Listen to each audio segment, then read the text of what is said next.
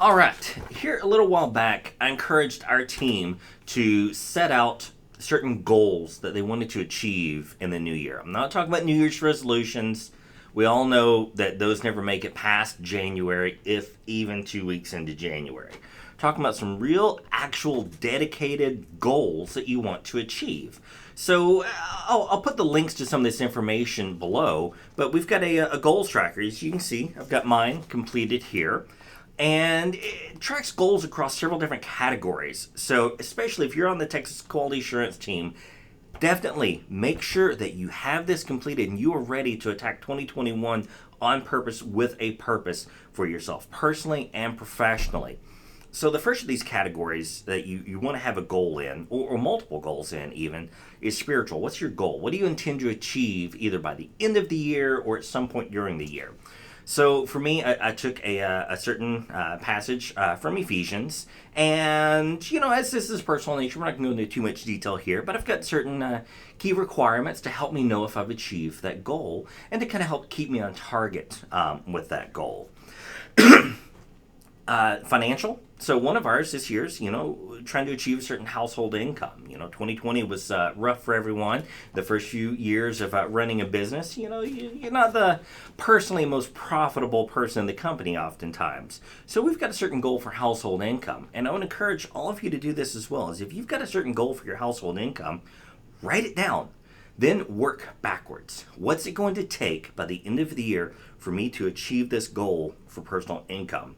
So whether you're working for someone else out there, or if you're on the Texas QA team, we definitely love creative and innovative ideas of how to do something. So note that household income, work backwards, and figure out all the key steps you're going to have to take and all of the little milestones in between to achieve it. You might be surprised what is actually achievable once you write it down first. Social. Simple things like, let's just have monthly dinner plans, especially after 2020. Dinner plans kind of went out the window. So we definitely want to try to make time that we have, time set aside to spend with others, whether it's in a professional sense, personal sense, folks at church, you name it. Really just want to make sure that we can take time to be with other like-minded folks, Physical. Lord knows we all suffered here in 2020, so this definitely got to be a goal for 2021. Is working with my wife on this one. So we've got a certain weight loss goal and certain ways that we want to do it. But it's not just this one number at the end of the year. We're targeting 1 pound a week. So what's it going to take to do 1 pound a week by the end of the year? So make sure that you get those details noted here. What are you going to do to achieve it? You can say count my calories. It's not enough. We got to get more specific.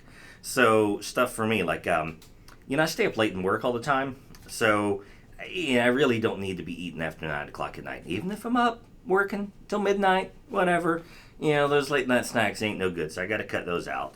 Want to try doing some intermittent fasting and different things like that. So make sure you note those down so that then you can keep yourself accountable to the smaller goals, because those small goals are the ones that you can keep yourself accountable to. Those big ones, they just get too big and you can't seem to keep up with it. And we've got intellectual. You want to make sure you have a goal in the intellectual category. So for me, I just want to read a new book a month. 1 book a month. I want half of these to be management related. Just as the company is growing, there's plenty of room for me to learn about better ways to manage people and resources and organization. And the other half, I just kind of have a philosophical type interest, and it's something I've not read as much on. And so I want to dedicate the other half of the books I read this year to some type of a philosophical matter.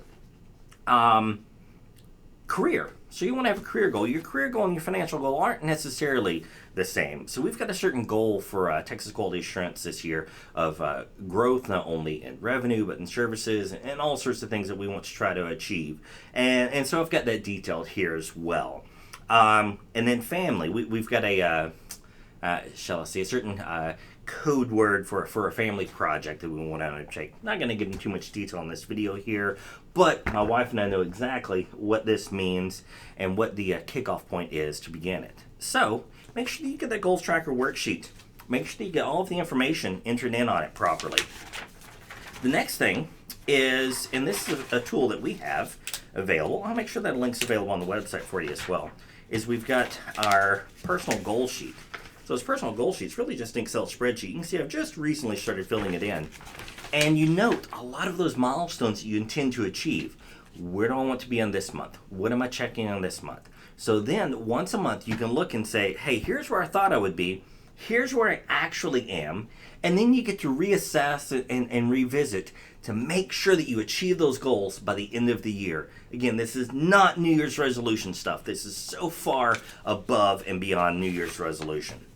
So got a lot more good information in here, and I'm going to make sure that I get that posted up online for you as well. But definitely here, 2021, it is going to be a brand new year after one of the wildest roller coasters in modern history of 2020.